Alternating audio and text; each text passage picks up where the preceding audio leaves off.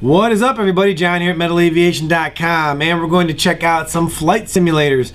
I was going to separate this into a couple different videos, go with the high end, low end, all that, but I was so inspired by the low end that I figured I'd bulk it all here into one review. It's not really even a review, one overview. There's plenty of reviews of all this stuff on the internet, like everything else, so I'm just going to give you a once-over of why I like the ones that I like and why I recommend them. So let's get going here. I got all kinds of hardware here in front of me. So let's get to it here. Let's start out with the high end. You can spend a lot of money on flight simulators. I really like the Phoenix version 3 flight simulator as the alternative to the low end. If you have the extra cash, I definitely recommend getting the Phoenix version 3 because, number one, it plugs into your Spektrum transmitter, whether it be your DX5E, DX6, DX8, doesn't really matter, plugs into all of them. The only downfall is there's two versions of the DX5, which I did not even know existed. There's the, I guess, the old version and the new version, and unfortunately I have the old version. And the reason it doesn't work is it uses a different type of plug. This uses a mono cable. Don't let anybody fool you. I really don't care if the end on this thing has 3 notches on it, which indicates it's stereo. It does not use the middle notch. And I verified that by taking this apart, because what I did is I modified this to work with my DX5E, the old version, and then it works with the new version as well, which means it also works with the DX6, DX8, whatever. I took this apart, modified it, added an extra plug on the end of it so it will work with the old school DX5E. How you can tell the difference between the old one and the new one is that the old version has the plug on the side, the new version has the plug on the back middle. Mine has it on the side, hence the old one. I'll put a mod video up to show you exactly how I did this modification on here, so if you want to do the same thing you can. As of right now, my adapter unit, that's all tangled, works with the old version and the new one because they have the 2 plugs. The other end of this bad boy plugs right into your USB, plug it in, install your software, you're all set. The reason I like this as the alternative to the cheaper simulators is it has an excellent selection of planes, an excellent selection of flight fields. It has constant updates. Almost every time I go to run this thing, there's an update where I can download new planes and new flying sites. The physics are good, really good, and the graphics are superb. Even if you have a lower end computer, it still looks really good. If you have a high end computer, this thing is fabulous. Looks awesome, physics are good, controls great. Just, it has all the bells and whistles, and it has the basics that you need. So like I said, this is my alternative that I recommend to the cheaper simulators. And again, it works with the Spektrum transmitters, and that's what I use. So those are the reasons I suggest this. It's 130 bucks without the transmitter. If you get it with the DX5E, it's going to cost you 180. So that's the Phoenix Flight Simulator. Like I said, excellent alternative if you have the extra cash. So what about the low end?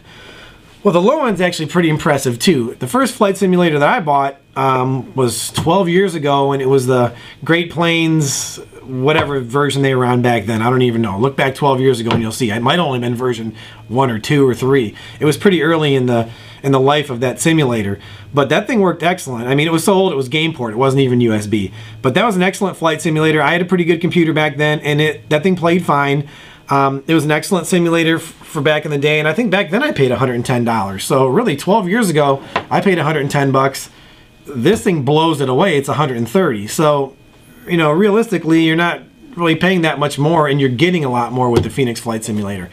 But now with technology moving forward, I mean, awesome graphics back 12 years ago are really junk now. So the low end blows away almost what you had back 10 years ago.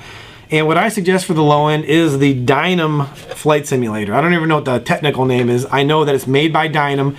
It comes with the USB controller built right into it, comes off of it. It's a decent controller. I mean, obviously not as good as a real transmitter, but this controller works great. I mean, the analog response is good. It has, you know, your trim.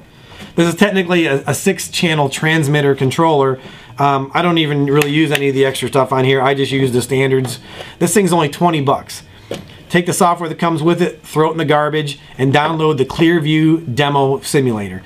Now the Clearview Demo, that's an excellent simulator. It works perfect with this, and I honestly think the physics on some of the planes rival the Phoenix. And you only get the trainer when you use the Clearview demo. You get a trainer and one flight field, and that's like at a park or something. But that's plenty to learn how to fly a plane. There's also a time limit on the Clearview demo. I'm not sure exactly what it is, but after a certain amount of time, it's going to cut out and ask you to register.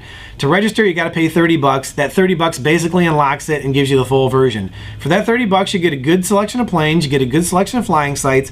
It's got good graphics. I mean, you can't beat this thing for 30 bucks. The Clearview Flight Simulator for 30 bucks is an excellent choice.